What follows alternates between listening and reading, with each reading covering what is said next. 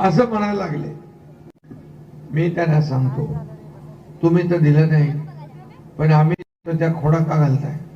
आणि खोडा घातलेल्या त्या सावत्र भावांना, माझ्या लाडक्या बहिणी, चांगला जोडा दाखवल्याशिवाय राहणार नाही. अरे कोर्टात गेले ही योजना बंद पाडायला, कोर्टाने त्याने एक लापड दिली, पळा इकडून. आता दुसऱ्या कोर्टात गेले, नागपूरच्या काँग्रेसचे, महाविकास आघाडी. आणि म्हणून या ठिकाणी मला एवढं खरं म्हणजे एवढा ढोंगीपणा, एवढा दुटप्पीपणा मी कधी बघितला नव्हता. आणि म्हणाले ही योजना तुम्ही सुरू केली आहे, आमचं सरकार आल्यावर या योजनेची चौकशी लावू, या योजनेमध्ये जे दोषी आहेत त्यांना आम्ही जेलमध्ये टाकू. मग तुम्हाला आम्ही 1500 रुपये दिले ते आम्ही गुन्हेगार आहे? आम्ही दोषी आहे? माझ्या लाडक्या बहिणींच्या जीवनामध्ये आर्थिक स्वातंत्र्य आम्ही मिळवून दिलं, स्वतःचे पैसे, स्वतःचे आता सैन्य तुम्ही काढून घेऊ शकता. पूर्वी आपल्याला दुसऱ्याकडे पैसे मागायला लागायचे. आता माझे भाऊजी पण तुमचा मान सन्मान करतात, आता सासू सासरे पण मान सन्मान करतात, आता सुनेचा मान सन्मान करायला लागले. आम्हालाही आनंद आहे आमच्या लाडक्या बहिणीचा मान सन्मान झाल्यावर. म्हणाले तुम्ही ही योजना चालू केली, आता तिची आम्ही चौकशी करू. तेलंगणामध्ये त्यांनी फसवलं, राजस्थानमध्ये फसवलं, कर्नाटकमध्ये फसवलं, हिमाचलमध्ये फसवलं. योजना आणतो देतो म्हणाले, निवडून आले, नंतर पैसे नाही, पैसा नाहीये, केंद्राकडे पैसे मागायला लागले, मोदीजीकडे पैसे मागायला लागले. आणि मोदीजी शिव्या घालत होते, मोदीजींना म्हणतात पैसे द्या. असा खोटारडापणा. मी तुम्हाला सांगतो, तुम्ही ही योजना बंद होऊ देणार? तुम्ही हे सरकार येऊ देणार महाविकास आघाडीचं? मी सांगतो तुम्हाला, ही योजना बंद करण्यासाठी त्यांचा आटापिटा सुरू आहे. म्हणाले ज्यांनी राज्यकर्त्यांनी चालू केले याची चौकशी करून त्यांना जेलमध्ये टाकू. कोणाला धमक्या देत आहे? अरे एकनाथ शिंदेने तुमचा टांगा पलटी, घोडे फरार करून टाकले, सरकार पाडून टाकलं.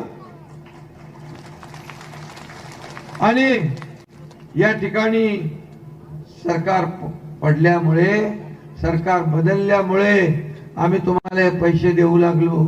नाही तर तेच सरकार असतं तर आपल्याला 10 वर्ष अजून मागे ढकललं असतं आपलं राज्य. आणि म्हणून मी हे सांगतो, हा एकनाथ शिंदे अशा पोकळ धमक्यांना घाबरत नाही. हा संघर्षातून आलेला कार्यकर्ता आहे, हा लढून आलेला कार्यकर्ता आहे. आणि माझ्या लाडक्या बहिणी, लाडके भाऊ, लाडके शेतकरी, लाडके ज्येष्ठ यांच्यासाठी उद्या जेलात जायची पाळी आली तर एकनाथ शिंदे एकदा नाही 100 वेळा जेलमध्ये जायला तयार आहे. तुम्ही काय करता? तुम्ही येणारच नाही सरकारमध्ये. माझ्या बहिणीने तुमचा सत्तेचा दरवाजा बंद करून टाकलाय, माझ्या भावाने सत्तेचा दरवाजा बंद करून टाकलाय. म्हणाले पैसे घ्या, जसे पैसे खात्यात पडले लवकर लवकर काढा, नाही तर सरकार काढून घे. अरे देणार सरकार आहे, घेणार नाही. ही देना बँक लेना बँक नाही.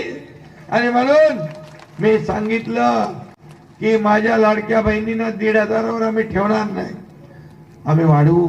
तुम्ही ताकद द्या, आम्ही पैसे वाढवू. तुम्ही ताकद द्या, आणखी योजना वाढवू. आणि तुम्हाला सांगतो, बोलल्याप्रमाणे आम्ही करतो. कोल्हापूरच्या महायुतीच्या जाहीर सभेमध्ये आम्ही वचननामा प्रसिद्ध केला.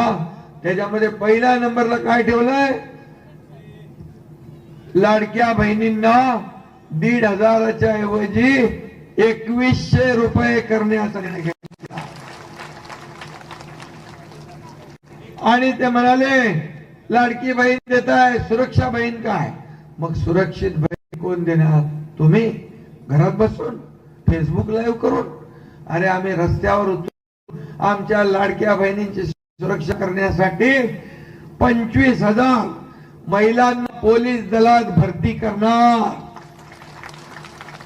हा आमचा पहिला नंबर. दुसरं, शेतकऱ्यांना कर्जमाफी करण्याचा निर्णय आम्ही घेतोय. शेतकरी सन्मान योजना जी 12,000 मिळते ना, 6,000 मोदी साहेबांची, 6,000 आपली, त्या 12,000ची आता मी 15,000 रुपये करतोय.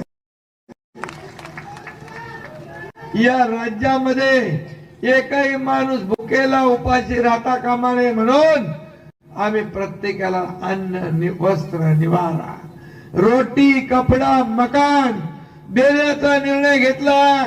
हा ऐतिहासिक निर्णय आहे. वृद्धांना, ज्येष्ठ जे लोक आहेत, ताई तो बोलली ना, त्याचं 1,500 त्यांचे पण 2100 रुपये आपण करण्याचा निर्णय घेतला.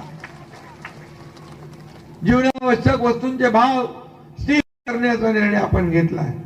आणि माझ्या युवकांना, युवतींना, ज्या शिकलेल्या आहेत, ज्या शिकतायत, त्यांना 25 लाख लोकांना या ठिकाणी रोजगार निर्मिती करणार आणि 10 लाख अप्रेंटिसशिप करणाऱ्यांना स्टायपंड देणार, 10,000 रुपये स्टायपंड देणार देशातलं पहिलं राज्य आहे. पहिलं राज्य कधी मिळालं तर प्रशिक्षण मत्ता आपल्या राज्यात आपण सुरू केला. 45,000 गावात रस्ते करण्याचा आपण निर्णय घेतला. गावाचा पण विकास झाला पाहिजे. ग्रामीण भागात रस्ते झाले पाहिजे, शेतापर्यंत रस्ते गेले पाहिजे, शेतकरी खुश झाला पाहिजे. यासाठी हाही निर्णय मी घेतला. अंगणवाडी आणि आशा सेविका ह्या पण चांगलं काम करतात. त्यांना महिन्याला 15,000 रुपये देण्याचा आम्ही निर्णय घेतला. आणि शेतकरी 7.5 HP पंपाने शेती करतात, त्यांना वीज बिल माफ करण्याचा निर्णय आपल्या सरकारने घेतला. आणि त्याचबरोबर आपला घरगुती वापर, मीटर, हे सगळं घरी वापरतो, त्याच्यामध्ये पण 30% कपात करण्याचा, सवलत देण्याचा, सूट देण्याचा निर्णय आपण घेतला. आणि हे सगळं झाल्यानंतर ये तो एक ट्रेलर है, पिक्चर अभी बाकी है. 100 दिवसात आम्ही विजन महाराष्ट्र 2029 सादर करणार आहोत.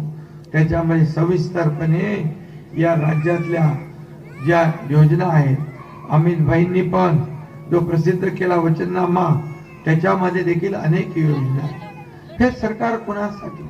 हे सरकार गोरगरिबांसाठी आहे. हे सरकार सर्वसामान्यांसाठी आहे. मी देखील एक शेतकरी कुटुंबातून आलोय, सर्वसामान्य कुटुंबातून आलोय. आणि ज्या टीका करतायत ते सोन्याचा चमचा घेऊन जन्माला आले, त्यांना काय कळणार 1,500ची किंमत?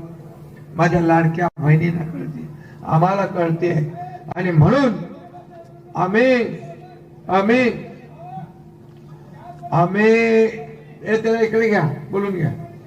ये अरे ये ना इकडं, ये इकडे. बिल तुझं काम करतो, ये. आणि 00 बिल आपण 00 बिल पाठवतोय आता शेतकऱ्यांना, 00 बिल. आणि म्हणून आज आपल्याला सरकार जे आहे हे लोकांचं ऐकणारं सरकार आहे. आता बाबा आला, त्याचं ऐकलं मी. आम्ही ऐकणारं सरकार आहे, बहिरं सरकार नाही, मेरी आवाज सुनो म्हणणारं सरकार नाही. आणि म्हणून हे हे बाबा त्याला काय करू नका, त्याला इकडे. आणि तुम्हाला मी सांगतो, या राज्यामध्ये सर्वसामान्य माणसाच्या आयुष्यामध्ये चांगले दिवस आले पाहिजे, दिवस बदलले पाहिजे, त्याला सुख समृद्धी मिळाली पाहिजे.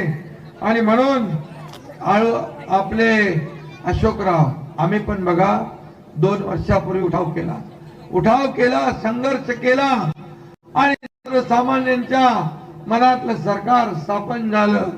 आणि अशोकरावांनी पण उठाव केला, ते देखील पण ते